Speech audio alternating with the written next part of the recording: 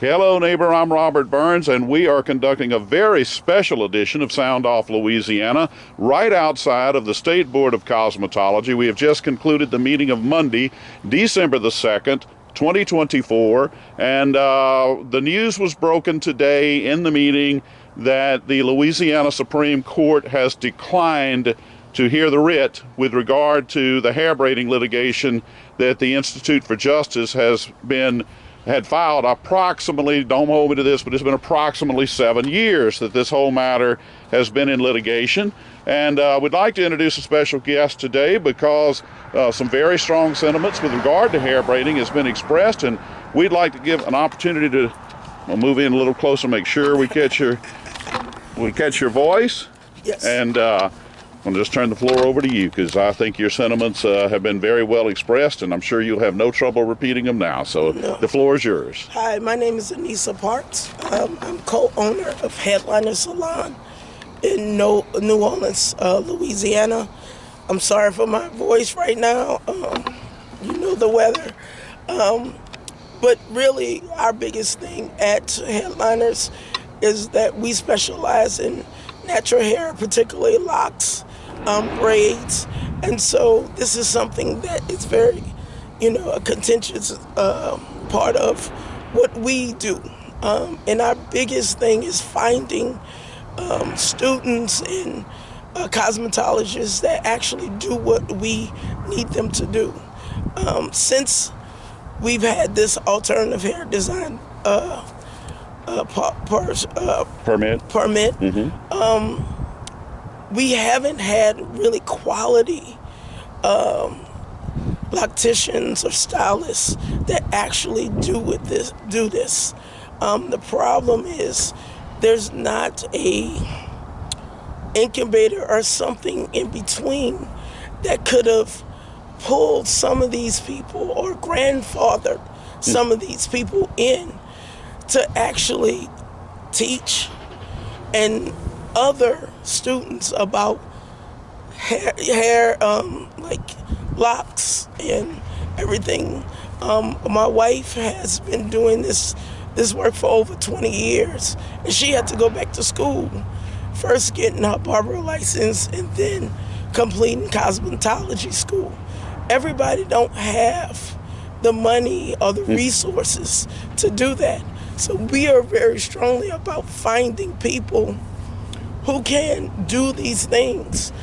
So we've decided at our salon is to find cosmetologists first, licensed cosmetologists first, and teaching them. Ah, okay. But the problem with that is it's still money coming from us, right? And so there's nothing to actually help us incubate that type of work.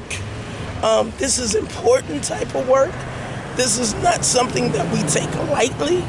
And we just want to find some common ground, not just with the board, but legislation, where we can find and be better or have better locticians and stylists that deal with natural hair. So really at this point, we just want to have common grounds with the board and with legislation, so we can have more people who are doing the work and doing the work well, not just getting licenses for it, right? Just because you have a license doesn't mean you can do it.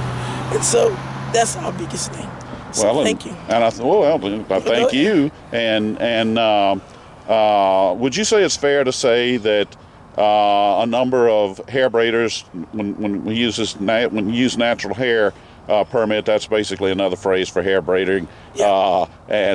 Would you say that a number have been basically forced? We heard one testimony today that said I had to go out of business. Yes. And at one point they were requiring you had to have a licensed cosmetologist in your facility, irrespective of the fact that you were doing nothing more than hair braiding, right, which really just raises an additional added cost that has to be borne. Yes. That would it be your sentiments that it was completely unnecessary to? The biggest thing is the unnecessary part is I feel like that, like I said, I think that a lot of things could have been grandfathered in.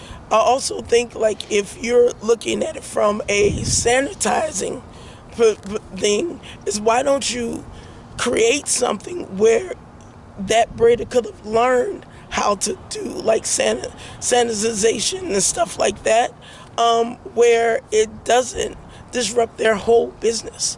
Because what you're doing is you're sending people into the underground, right? That's Very what good. you're doing. You're not, people are not going to stop getting their hair done. It's not with people that they actually trust, right? They're just going to go to their house. Okay. Right? And so what does that do? That takes money from the state. That takes money from things that we could be doing. So I think sometimes we get short-sighted with this money and doesn't understand that giving you this money takes away from that money, Yes. right? And so I think that's the biggest thing. I don't think it's unnecessary. I always felt like there should have been some type of standardization, but the way they did it was wrong. Okay, well, let me ask you this. Mississippi fought this battle, and they opted to go with registering for hair design. Yes. And it was a 10-question thing with regard to sanitation, and it seems to have gone over pretty well. Would you think something like that would work well here? It could work.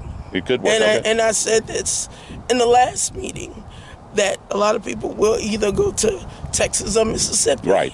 Right? Right. And so what's going to happen is you're going to lose a lot of people here. Yes. And if they can find a way to do the same thing without the same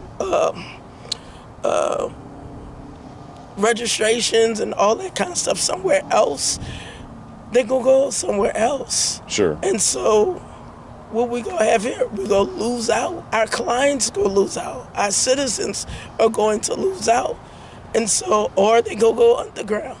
Either way. Well, and you've mentioned underground several times. I may be wrong, but I think the approximate number, and you may know better than me, that are fully permitted with this sport is around 35 or 40, give or take. In that, so I'm pretty close. Yep. Is it really reasonable to assume that all of the hair braiding, I see you're getting a laugh out of this, that all of the hair braiding that I see throughout this state is really being done by 35 or 40? So yes, your point is well taken that the underground market has got to be fairly large. It has to be fairly large. And because they talk about the board every month, they talk about the money that they don't have. So how can they go to these different places and shut them down? Or like in some other places, they will look at social media and shut them down. They don't have the resources to do that. So if you don't have the resources to do that, what are we doing? Well, and to your point, and we have video going back 3 or 4 meetings about all of the need for the money, but there's never brought up how much is spent in legal fees fighting folk being able to go out and hair braid. Do you have any thoughts on that? Because to me, that would be a tremendous savings. It would be, but we don't know. We don't know if they're doing it. That's the thing. Like, you're creating a barrier. Yes. And then it's like, but are you actually enforcing that barrier? Right. What's the point of creating a barrier if you're not forcing it? Just to say you have it? Makes sense. So, well, if you have any other concluding remarks you want to make, I want to give you an opportunity to once again get in a little plug for the establishment because I really do appreciate you. So again, go ahead. We're Headliners NOLA, 4141 Bienville, New Orleans, Louisiana, 70119. So if you want licensed locticians, we do have them at our establishment. But it's not just about us, right? We're not just thinking about our small market. We're thinking about all the people who have locks or have braids. And so we want quality stylists for everybody. And so, like, that's why we come every month, so we can have that. So that's it. Well, very good. I want to thank you so much for coming out and granting us this interview, and thank you for your willingness to speak up in board meetings. I know there are many more that share your sentiments, and you're probably one of the ones that's just brave enough to voice them. So thank you so much. I hope you have a very Merry Christmas and a Happy New Year coming up. Mr. Burns. Very good.